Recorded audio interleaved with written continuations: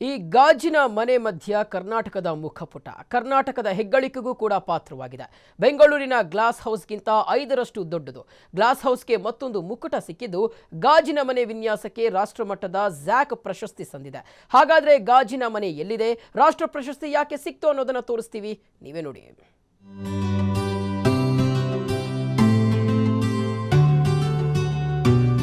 ಗಾಜಿನಿಂದಲೇ ನಿರ್ಮಾಣವಾಗಿರೋ ಸುಂದರ ಅರಮನೆ, ವಿದೇಶಿ ಗಿಡಗಳಿಂದ ಕಂಗೊಳಿಸುತ್ತಿರೋ ಗಾರ್ಡನ್, ಅಷ್ಟಕ್ಕೂ ಈ ಸುಂದರ ಗ್ಲಾಸ್ ಹೌಸ್ ಇರೋದು ದಾವಣಗೆರೆಯ ಕುಂದುವಾಡ ಕೆರೆ ಬಳಿ.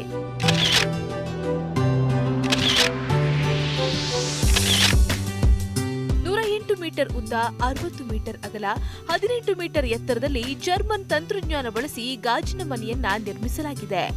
ಎಸ್ಎಸ್ ಮಲ್ಲಿಕಾರ್ಜುನ್ ಸಚಿವರಾಗಿದ್ದಾಗ 30 ಕೋಟಿ ವೆಚ್ಚದಲ್ಲಿ ಈ ಗ್ಲಾಸ್ ಹೌಸ್ ನಿರ್ಮಾಣವಾಗಿದ್ದು ಎಲ್ಲರ ಗಮನ ಸೆಳೆಯುವುದರ ಜೊತೆ ದೇಶದೆಲ್ಲೆಡೆ ಹೆಸರು ಗಳಿಸಿದೆ.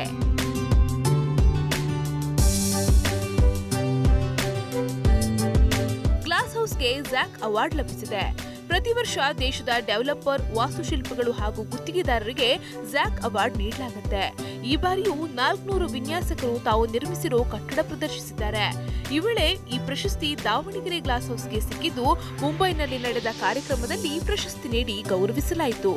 ಈ ಗ್ಲಾಸ್ ಹೌಸ್ ವಿನ್ಯಾಸಕ್ಕೆ ನಮ್ಮ ದಾವಣಗೆರೆ ಜಿಲ್ಲೆಯಲ್ಲಿ ತೋಟಗಾರಿಕೆ ಇಲಾಖೆಯಿಂದ ನಿರ್ಮಿಸಿರುವ ಗಾಜಿನ ಮನೆಗೆ ZK ಅವಾರ್ಡು ಸಿಕ್ಕಿದೆ. ಒಟ್ಟು ಈ ZK ಅವಾರ್ಡ್ ಅಂತಂದರೆ ಒಟ್ಟು ಭಾರತ ದೇಶದಲ್ಲಿ ಒಟ್ಟು 450 ವಿನ್ಯಾಸಗಾರರು 450 ವಿನ್ಯಾಸವನ್ನು ZK ಅವಾರ್ಡ್ಗೆ ಅಪ್ಲೈ ಮಾಡಿರ್ತಾರೆ. ದಾವಣಗೆರೆಯಲ್ಲಿ ಪ್ರವಾಸಿ ತಾಣಗಳು ಅಷ್ಟೇನೂ ಇರಲಿಲ್ಲ. ಆದ್ರೀಗ ಗ್ಲಾಸ್ ಹೌಸ್ ನಿರ್ಮಾಣವಾಗಿದ್ದು ಪ್ರವಾಸಿಗರ ಕೊರಗನ್ನ ನೀಗಿಸಿದೆ.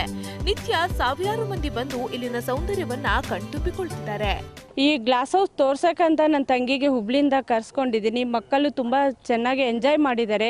ತುಂಬ ಖುಷಿಯಿಂದ ಫೋಟೋಸ್ ಎಲ್ಲ ತೆಕ್ಕೊಂಡು ತುಂಬ ಖುಷಿಯಿಂದ ಎಂಜಾಯ್ ಮಾಡಿದ್ದಾರೆ ಸರ್.